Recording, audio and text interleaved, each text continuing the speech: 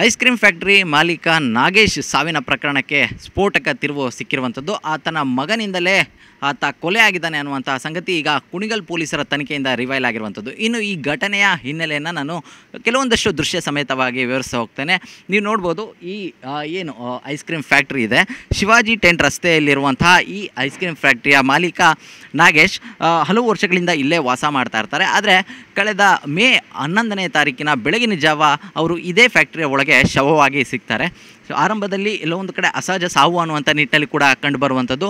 ಪೊಲೀಸರು ಕೂಡ ಸ್ಥಳಕ್ಕೆ ಭೇಟಿ ನೀಡಿ ಪರಿಶೀಲನೆ ಮಾಡಿದಾಗ ನಾಗೇಶ್ ಕೈ ಭಾಗ ಸುಟ್ಟಿರುತ್ತೆ, ಜೊತೆಗೆ ಕತ್ತಿನ ಭಾಗದಲ್ಲಿ ಒಂದಷ್ಟು ಇರುವೆಗಳು ಕಚ್ಚಿರುವಂಥ ಒಂದಷ್ಟು ಗಾಯದ ಗುರುತುಗಳು ಕೂಡ ಕಂಡು ಬಂದಿರ್ತವೆ. ಅದಾದ ಬಳಿಕವಾಗಿ ಅವರ ಮೃತದೇಹವನ್ನು ಮರಣೋತ್ತರ ಪರೀಕ್ಷೆಗೆ ಅಂತ ಹೇಳಿ ಆಸ್ಪತ್ರೆಗೆ ರವಾನೆ ಮಾಡಲಾಗುತ್ತೆ. ಮತ್ತೊಂದು ಕಡೆ ಅವರ ಸಂಬಂಧಿಕರಿಂದ ಎಲ್ಲೋ ಒಂದು ಕಡೆ ಇದು ಕೊಲೆ ಆಗಿರ್ಬೋದು ಅನ್ನುವಂಥ ನಿಟ್ಟಿನಲ್ಲಿ ಒಂದು ಅನುಮಾನ ಕೂಡ ವ್ಯಕ್ತಪಡಿಸ್ತಾರೆ. ಹಾಗಾಗಿ ಪೊಲೀಸರು ಇಲ್ಲಿನ CCTVಗಳನ್ನು ವಶಕ್ಕೆ ಪಡೆಯುವಂಥ ಒಂದಷ್ಟು ಕೆಲಸವನ್ನು ಮಾಡ್ತಾರೆ.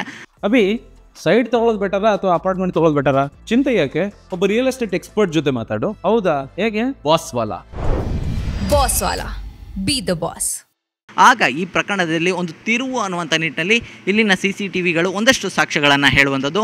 ಅಂದರೆ ಏನು ಮೃತದೇಹ ಸಿಕ್ಕಿದಂತಹ ಹಿಂದಿನ ರಾತ್ರಿ, ಅಂದರೆ ಮೇ 10ನೇ ತಾರೀಕು ರಾತ್ರಿ 10 ಗಂಟೆಯ ಸುಮಾರಿಗೆ ಫ್ಯಾಕ್ಟ್ರಿಯ ಒಳಗೆ ಆಗಿದ್ದಂಥ ಒಂದು ಗಲಾಟೆಯ ದೃಶ್ಯಗಳು ಕೂಡ ಆ CCTVಯಲ್ಲಿ ಸೆರೆಯಾಗಿರುತ್ತೆ.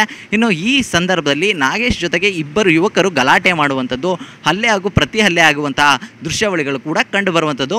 ಇನ್ನು ಆ ದೃಶ್ಯಾವಳಿಗಳಲ್ಲಿ ನೋಡಿದಂಥ ಸಂದರ್ಭದಲ್ಲಿ ಆ ಯುವಕರು ಏನು ನಾಗೇಶ್ನ ಹಲ್ಲೆ ಮಾಡ್ತಾರೆ, ಅದಾದ ಬಳಿಕವಾಗಿ ಬಟ್ಟೆಯಿಂದ ಆತನ ಕತ್ತನ್ನು ಬಿಗಿದು ಕೊಲೆ ಮಾಡುವಂತಹ ದೃಶ್ಯಗಳು ಕೂಡ ಅಲ್ಲಿ ಕಂಡು ಬರುವಂಥದ್ದು. ಇನ್ನು ಈ ಸಂಗತಿಯನ್ನು ಪರಿಶೀಲನೆಗೆ ಒಳಪಡಿಸಿದಂಥ ಪೊಲೀಸರಿಗೆ ಒಂದು ಮೇಜರ್ ಬ್ರೇಕ್ ಥ್ರೂ ಅಂತ ಸಿಗುವಂಥದ್ದು. ಅಂದರೆ ಆ ಕೊಲೆ ಮಾಡಿದವರು ಯಾರು ಅನ್ನುವಂಥ ನಿಟ್ಟಿನಲ್ಲಿ ಪರಿಶೀಲನೆ ಮಾಡಿದಾಗೆ ನಿಜಕ್ಕೂ ಆ ನಾಗೇಶ್ನ ಮಗ ಏನಿರ್ತಾನೆ ಸೂರ್ಯ, ಆತನೇ ಕೊಲೆ ಮಾಡಿರುವಂಥದ್ದು ಅನ್ನುವಂಥದ್ದು ಕೂಡ ಈಗ ಬಯಲಾಗಿರುವಂಥದ್ದು. ಇನ್ನು ಈಗಾಗಲೇ ಈ ಪ್ರಕರಣದಲ್ಲಿ ಯಾವ ಕಾರಣಕ್ಕೆ ಮಗ ಕೊಲೆ ಮಾಡಿದ್ದಾನೆ ಅನ್ನುವಂಥ ನಿಟ್ಟಿನಲ್ಲಿ ಒಂದಷ್ಟು ತನಿಖೆ ಮಾಡಿದಾಗ ಒಂದಷ್ಟು ಆಯಾಮಗಳು ಸಿಗ್ತಿರುವಂಥದ್ದು. ಅಂದರೆ ಏನು ಮೃತ ನಾಗೇಶ್ ಇದ್ದಾನೆ, ಆತ ತನ್ನ ಮಗಳಿಗೇ ಲೈಂಗಿಕ ಕಿರುಕುಳ ಕೊಡ್ತಿದ್ದ, ಹಾಗಾಗಿ ಕೊಲೆ ಮಾಡಿದ್ದಾರೆ ಅನ್ನುವಂಥ ಒಂದಷ್ಟು ಆರೋಪಗಳು ಕೇಳಿ ಬರ್ತಾ ಇರುವಂಥದ್ದು. ಮತ್ತೊಂದು ಕಡೆ ಅವರಿಗಿದ್ದಂಥ ಒಂದು ಆಸ್ತಿಯ ವ್ಯಾಜ್ಯ, ಆ ಗಲಾಟೆಗಾಗಿ ಈ ರೀತಿಯಾದಂಥ ಕೊಲೆ ಮಾಡಿರ್ಬೋದು ಅನ್ನುವಂಥ ನಿಟ್ಟಲ್ಲಿ ಅನುಮಾನಗಳು ತಿಳಿದು ಬರ್ತಾ ಇರುವಂಥದ್ದು. ಸೊ ಹಾಗಾಗಿ ಹಲವು ಅನುಮಾನದ ಆಯಾಮಗಳು ಪೊಲೀಸರ ಮುಂದೆ ಇರುವಂಥದ್ದು. ಸದ್ಯಕ್ಕೆ ಈ ಎಲ್ಲ ಆಯಾಮಗಳಲ್ಲೂ ಕೂಡ ಪೊಲೀಸರು ತನಿಖೆ ಮಾಡ್ತಾಯಿದ್ದಾರೆ. ನಿಜಕ್ಕೂ ಕೊಲೆ ಯಾವ ಕಾರಣಕ್ಕೆ ಆಗಿದೆ ಅನ್ನುವಂಥದ್ದು ಆ ತನಿಖೆಯ ನಂತರವಷ್ಟೇ ತಿಳಿದು ಬರಬೇಕಾಗಿರುವಂಥದ್ದು. ಕ್ಯಾಮ್ರಾ ಪರ್ಸನ್ ವಿಜಯ್ ಜೊತೆ ಜಗದೀಶ್, TV9 ತುಮಕೂರು.